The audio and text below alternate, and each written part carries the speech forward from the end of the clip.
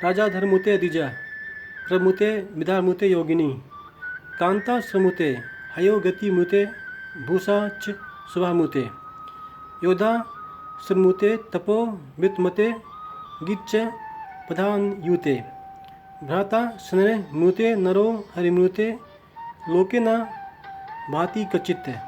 अर्थात इसका अर्थ है धर्म के बिना राजा, पवित्र के बिना ब्राह्म विद्या के बिना योगी, सतीत्व के बिना स्त्री, चाल के बिना घोड़ा, सुंदरता के बिना गहना, बिना वीरता के योद्धा, बिना वर्त के तप, पद के बिना गान, स्नेह के बिना भाई और भगवत प्रेम के बिना मनुष्य संसार में कहीं भी सुबोधित नहीं होते। इस लॉकडाउन के समय हमने रामायण देखा, महाभारत देखा और अब कृष्ण लीला टीवी पे चल रहा है, जो कि बहुत अच्छी बात है।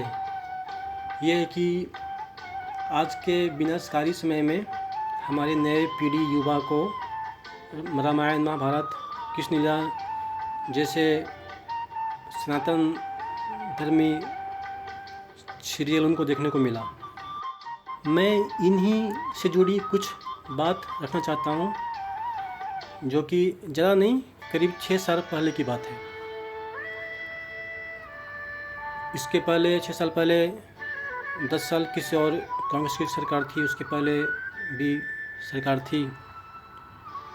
तो जब तक भाजपा वाजपेयी जी की विचारधारा पर चलती रही, वो श्री राम के बताए मार्ग पर चलती रही। मर्यादा, नैतिकता, शुचिता, इनके लिए कड़े मापदंड तय किए गए थे, परंतु कभी भी पूर्ण बहुमत हासिल नहीं कर सकी।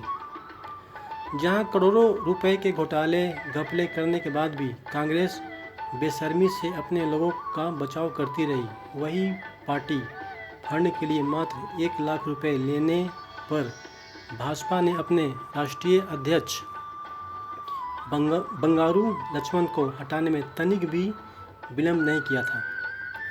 परंतु चुनाव में नतीजा वही ढाक पे 3 पात। झूठे ताबूत घोटालों के आरोप पर तत्कालीन रक्षा मंत्री जॉर्ज फर्नांडीज का इस्तीफा, परंतु चुनाव में नतीजा वही ढाक पे 3 पात। कर्नाटक में येदियुरप्पा पर भ्रष्टाचार के आरोप लगते हैं।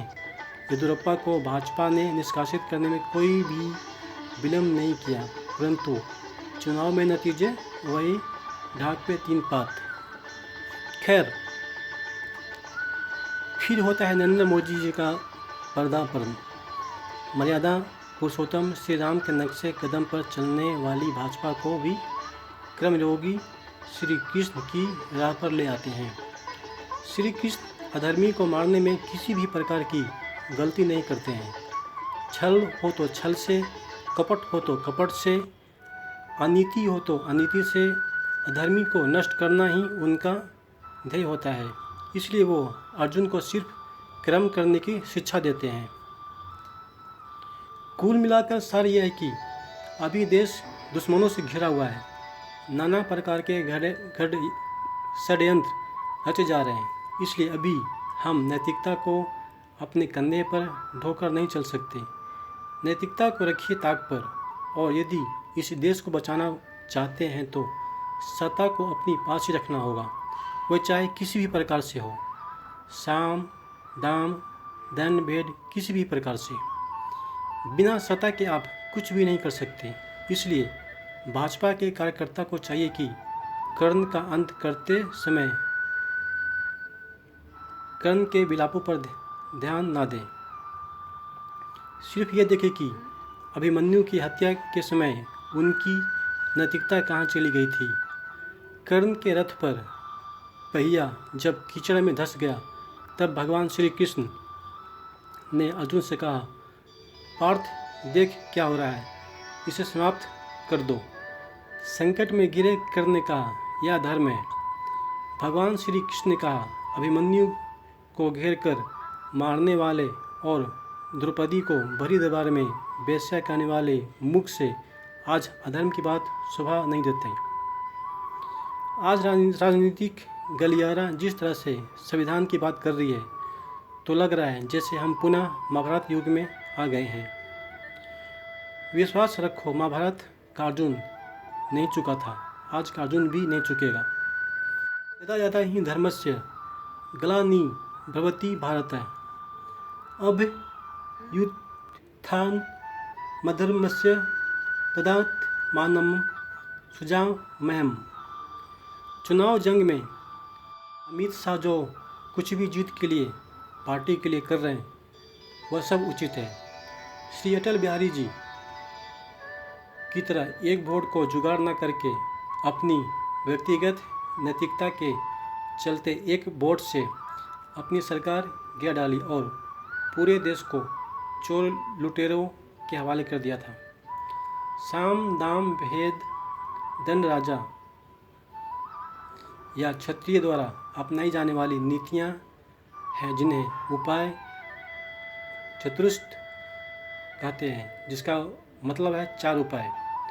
राजा को राज्य की व्यवस्था सुचारू रूप से चलाने के लिए 7 नीतियां वर्णित हैं। उपाय चतुष्ट के अलावा 3 अन्य हैं, माया, उपेक्षा तथा इंद्रजाल। राजनीतिक गलियारे में ऐसा विपक्ष नहीं है जिसके साथ नैतिक खेला जाए। सीधा धोबी पछाड़ आवश्यक है। तो यह वीडियो जो है जैसा अभी चल रहा है मैंने उसके ऊपर ये बनाया है। अगर आपको अच्छा लगा हो तो कृपया सब्सक्राइब कीजिए, लाइक कीजिए। भारत माता की जय। जय हिंद, जय सनातन।